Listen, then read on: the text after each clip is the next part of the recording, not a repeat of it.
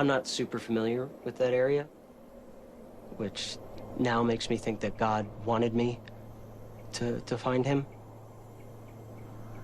I was going for a ride on my bike, and I noticed something just laying there by the fence. Now, I think it's a scarecrow. I'm like, Halloween's coming up. I think it's a Halloween gag.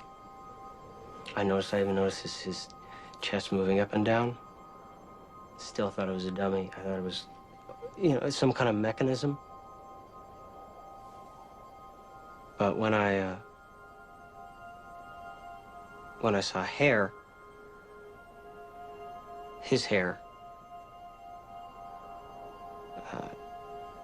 I knew it was a human being. So what'd you do? I ran to the nearest house. I ran as fast as I could and called the police. The Alameda County Sheriff's Department held a news conference late this afternoon. They say they're investigating the attempted murder of 22-year-old Matthew Shepard. The sheriff says deputies found the man badly beaten and unconscious, tied to a fence last night. The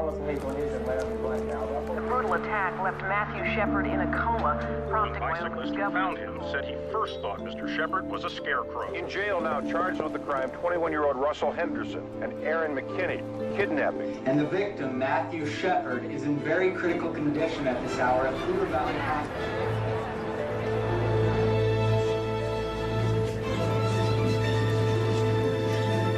The arraignment took place on Friday around lunchtime. And more details about the case had come out, like the fact that the perpetrators themselves were kids.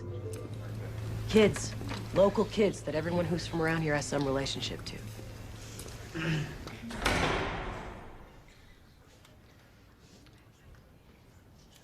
So then a judge comes in and does a reading of the facts. The defendants, Aaron James McKinney, Russell Arthur Henderson, met Matthew Shepard at the Fireside Bar. And after Mr. Shepard confided he was gay, the subjects deceived Mr. Shepard into leaving with them in their vehicle to a remote area. En route to said location, Mr. Shepard was struck in the head with a pistol. And upon arrival at said area, both subjects tied their victim to a buck fence, robbed him, tortured him, and continued to beat and terrorize him. When I got to the fence, I seen what appeared to be a young man, 13, 14 years of age, because he was so tiny laying there and he was bound to the bottom of the pole. What did you do? I did the best I could. He was covered in dry blood all over his head, and the only place that there wasn't any blood was what appeared to be where he had been crying down his face. You know, he did not look normal. I could tell that he had a very harsh head wound. You expect these kinds of injuries from somebody crashing down a hill in a car at 80 miles an hour. You expect to see gross injuries from something like that, this horrendous, terrible thing. But you don't expect to see someone doing this to another person. Both defendants were later contacted by officers from the Laramie Police Department who observed inside the cab of their pickup a credit card and a pair of black patent leather shoes belonging to the victim, Matthew Shepard. The thing that shocked me is it was a pristine crime scene. How do you mean? The tire tracks, the impressions that the tire made. They were just perfect because of the sandy soil there. And we found a carpet fragment from inside the truck. And that will always shock me until this day. In southeastern Wyoming, the wind here is so strong that you usually never find something like that at an exterior crime scene. His hands were thumbs out, what we call the cuffing position. That's how we handcuff people. He was tied with a real thin white rope, and it was wound around the bottom of the pole, about 4 inches up off the ground. His shoes were missing. He was tied extremely tight, so I used my boot knife and I tried to slip it in there between the rope and his wrist. I had to be extremely careful so as not to harm Matthew any further. I was yelling at him at the top of my lungs, hey, wake up, something, just trying to get anything out of him. He didn't move, he didn't flinch, he didn't anything.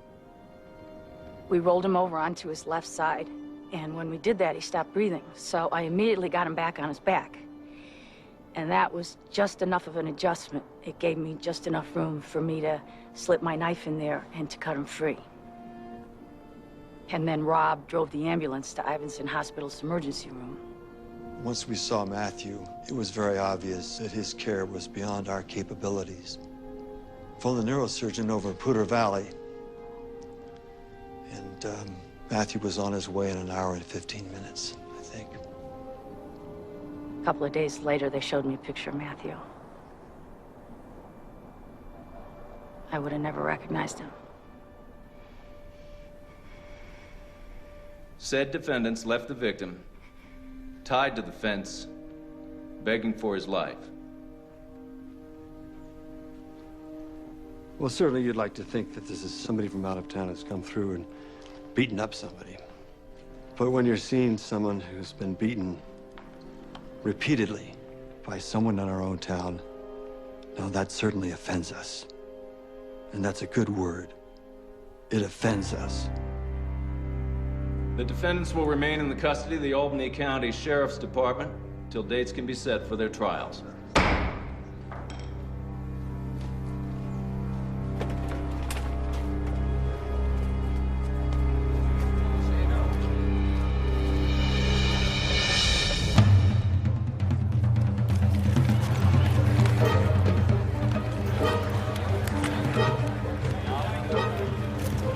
It was huge. Yeah, it was hers. And we are talking hundreds of reporters, which makes a huge dent in this town's population. Laramie, Wyoming, often called the gem city of the plains, is now at the eye of the storm. People would like to think that what happened to Matthew Shepard is the exception to the There are reporters everywhere. News trucks everywhere in town, everywhere on campus, and we are not used to that type of attention. Aaron McKinney and his friend Russell Henderson came from the poor side of town. This small city that bills itself as Wyoming's hometown is wrestling with its attitudes towards gay men. It's a tough business, as Matt Shepard knew, and as all his friends know, to be gay in cowboy country. And to get that kind of exposure under such tragic circumstances, under circumstances that we hadn't even wrapped our own heads and hearts around. The majority of people here are good people. You get bad apples once in a while. Our citizens are not like that at all. You people are making my son guilty before he's even had a trial. How can this happen? I can't understand how someone can even do something like that. You have your own lifestyle, you should have your lifestyle. It's pretty much live and let live. It's live and let live. I am outraged and sickened by the heinous crime committed on Matthew Shepard. A young gay man is in a deep coma. It's a crime that goes beyond despicable. Just let it be known throughout the nation. This is not the University of Wyoming. This is not what we're about. If it's been heterosexual, this never would have made the national news. I don't think there's any problem that gay people deal with here. We had these guys in jail in less than a day. I think that's pretty damn good. Hundreds of people urging Congress to pass a federal law banning hate crimes. I would like to urge the people of Wyoming against overreacting in a way that gives one group special rights over others. We will wait and see if the vicious beating and torture of Matthew Shepard was motivated by hate. Oh my God. Anybody else want to do this?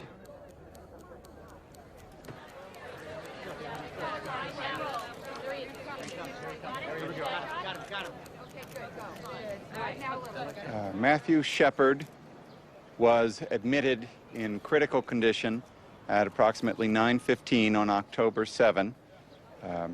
When he arrived, he was unresponsive and breathing support was being provided. Matthew's major injuries upon arrival consisted of hypothermia and of a fracture from behind his head to just in front of the right ear. This has caused bleeding in the brain as well as pressure on the brain.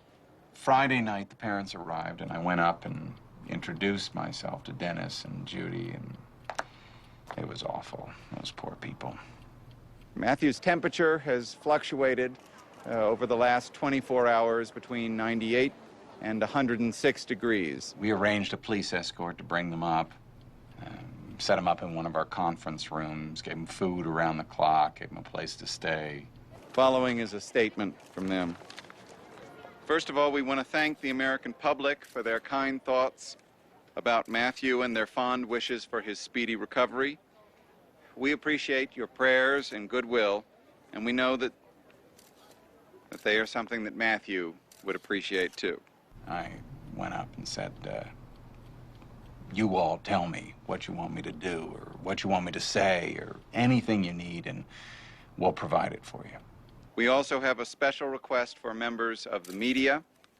We ask that you respect our privacy, as well as Matthew's, so we can concentrate all of our efforts, thoughts, and love on our son.